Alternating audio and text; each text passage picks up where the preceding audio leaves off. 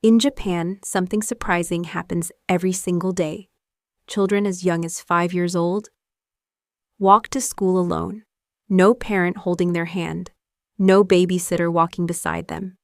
To many people, this feels unthinkable, even dangerous. But in Japan, this isn't unusual at all. It's simply part of everyday life. Because for them, independence isn't something children suddenly learn. It's something they are gently trained for. Japanese parents are not careless. They prepare their children carefully before letting them go alone. They walk the same route together, again and again. They point out where to stop, where to look, where to cross. So when the child finally walks alone, the road doesn't feel new, it feels familiar. Another important reason is distance. In many Japanese neighborhoods, schools are very close to home. Children are not navigating long, unpredictable journeys. They are walking streets they already know, safe, simple, and repeated every day. But the real secret goes beyond distance. It's the community. In Japan, children are not seen as only their parents' responsibility, but everyone's. Neighbors notice them. Shop owners recognize them. Volunteers stand by the streets every morning. And if something feels wrong, someone will notice. So the child is never truly alone. But safety is only part of the story. From a very young age, Japanese children are taught independence. At school, they clean their own classrooms. They serve their own meals. They take care of shared spaces. The message is simple. You may be small, but you are capable. And walking to school alone becomes part of that lesson, because it trains something deeper. It trains the brain. In real-world situations, children learn to observe, to think, to decide. Each small choice builds confidence, not confidence from being told they are good, but confidence from doing things themselves. So why does this feel so shocking in other parts of the world? Because many cultures focus heavily on protection. And while protection is important, Japan adds something else: responsibility. Children are not simply left alone. They are supported within a system built with safety, structure, and trust. So this is not freedom without control. It is freedom inside a carefully designed environment. And that is an important difference, because this does not mean every child should walk alone, without safe streets, without community, without preparation. Independence can quickly become risk. So the real lesson here is not to copy what Japan does, but to understand how they do it. Start small. Let your child take on tiny responsibilities. Let them carry their own things. Make simple choices. Solve small problems. Because every small action tells their brain, I can do this. And over time, that belief grows stronger. That's why Japanese children can walk to school alone so young. Not because they are fearless, but because they are prepared, supported, and trusted. And sometimes, the safest child is not the one protected from everything, but the one slowly taught how to handle the world. Follow for more parenting lessons from around the world. She tore her gaze away from her ruined footwear, still very much grieving the loss, and set herself to the task of finding a dry place to stand. Just a few minutes ago, your baby was sleeping peacefully in your arms. Their breathing was slow, their body relaxed. Everything looked perfect. So you gently placed them in the crib, carefully, slowly, hoping this time they'll stay asleep. You try not to make a sound, not to move too much. But then, almost immediately, their eyes open again. Maybe they make a small movement, a tiny pout. And just like that, they're awake. So what actually changed? Why were they completely calm in your arms, but not when they're lying in the crib? When your baby falls asleep in your arms, they're not just falling asleep. They're feeling your warmth, your movement, your heartbeat, and most importantly, your presence. All of these signals tell their brain, I'm safe. But when you put them down, those signals suddenly disappear. The warmth changes, the gentle movement stops, the heartbeat is gone, and the environment feels different. And when your baby naturally stirs between sleep cycles, they notice that difference right away, even if they're only half awake. That's why they reach out, fuss, or wake up more fully. Not because something is wrong, but because they're trying to find that familiar feeling again. So when your baby wakes and needs you at night, they're not being difficult. They're simply asking for comfort and safety, in the only way they know how. And that's completely normal. Your baby isn't trying to make things harder. They're trying to feel safe. I love Follow for more holding baby you like psychology. this. Parenting during the first year is like holding a captivating book in your hands. Every time you turn to a new page, you witness a tiny miracle. There will inevitably be moments when you fall into the comparison trap, wondering, why is that 6-month-old already crawling around while my little one is still perfectly content staring at the ceiling? Before you let worry take over, remember this golden rule. There is no universal biological clock that ticks at the exact same rhythm for every child. Every baby is a unique individual growing at their very own pace.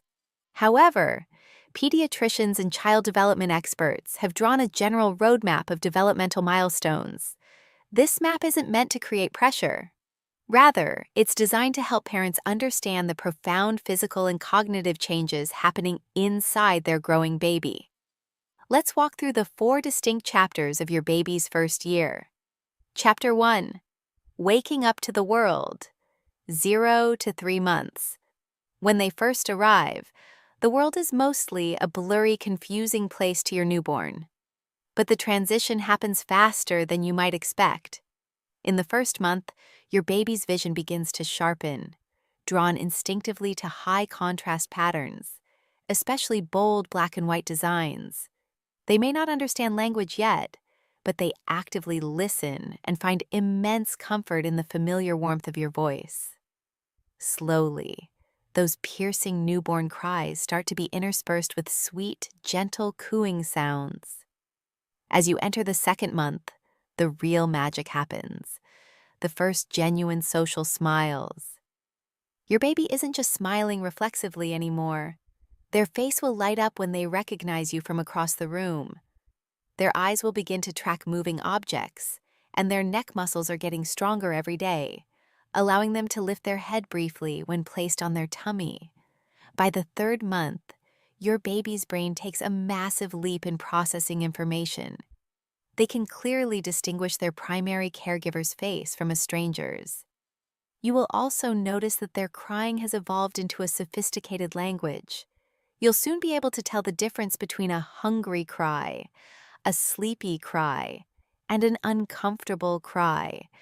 They begin to truly enjoy playtime, swiping excitedly at dangling toys, and even expressing frustration if the fun stops too soon. Chapter 2. Movement and interaction. 4 to 6 months. This is the stage where your baby becomes the main source of entertainment in the house. Around the 4th month, gentle coos are replaced by contagious, belly-deep giggles. Your little one begins observing and mimicking your facial expressions. Physically, they can now hold their head perfectly steady without any support. When lying on their stomach, they will push themselves up onto their elbows, expanding their field of vision to take in the room. The 5th month often brings a monumental physical achievement, the historic rollover. Once they figure out how to flip from their tummy to their back, there is no stopping them. They start babbling in more complex syllables and become utterly fascinated by their own reflection in the mirror. You'll also notice that their primary method of investigating the world is tasting it. Everything they manage to grab will go straight into their mouth. As they hit the half-year mark, their core muscles, the back and abdomen, are strong enough to allow them to sit up completely unaided. Their hand-eye coordination becomes remarkably smooth, letting them pass a toy from one hand to the other. Even more exciting, the seeds of language comprehension are sprouting. Your baby starts to understand simple words and will actively turn their head when you call their name. Chapter 3. The Relentless Explorer. 7 to 9 months. Prepare yourself. Your home is about to get much messier, but it's a beautiful, necessary kind of mess. During the 7th month, your baby might seem addicted to dropping things on the floor. Don't be quick to scold them. They aren't being naughty. They are acting as tiny scientists, testing gravity and understanding cause and effect. Their cognitive awareness also deepens. They love playing peekaboo because they are beginning to understand that things still exist even when hidden. By the 8th month, your baby officially joins the Explorers Club as they begin to crawl. Sitting still is no longer an option. They will grab onto the edge of the sofa or your legs to pull themselves up into a standing position. A highly refined skill also emerges right around now: the pincer grasp. Instead of pawing at objects with their whole hand, they learn to use their thumb and index finger to pick up tiny items, like cereal puffs, with impressive precision. The 9th month can introduce a slight emotional hurdle: stranger anxiety. Your previously outgoing baby might suddenly cling to you and act shy around unfamiliar faces. But to make up for it, their communication skills explode. They will use their fingers to point at what they want, actively copy your gestures, and string together clear, deliberate sounds like mama and baba. Chapter 4. The mini-adult emerges, 10 to 12 months. The final 3 months of the first year serve as the perfect launchpad from infancy into toddlerhood. In the 10th month, your baby becomes a navigational pro by cruising, shuffling around the room while holding onto furniture. Thanks to their perfected hand-eye coordination, they can easily feed themselves finger foods. Month 11 brings profound cognitive depth. The concept of object permanence is fully rooted now, meaning they know exactly where you went when you left the room. This often triggers separation anxiety, resulting in tears when you walk out of sight. Their babbling also takes on a new dimension. Their vocal tones rise and fall exactly like conversational speech, making it sound as if they are delivering a very serious, albeit incomprehensible speech. And finally, the 12-month milestone arrives. As you prepare to light that first birthday candle, you might just witness them letting go of the coffee table to stand completely alone, or even taking their very first wobbly, independent steps. Cognitively, they act like miniature adults. They can follow simple instructions, know how to use everyday items correctly, like holding a cup to drink or brushing their hair, and use meaningful gestures like waving bye-bye or shaking their head. No. When they say mama or dada now, they know exactly who they are talking to.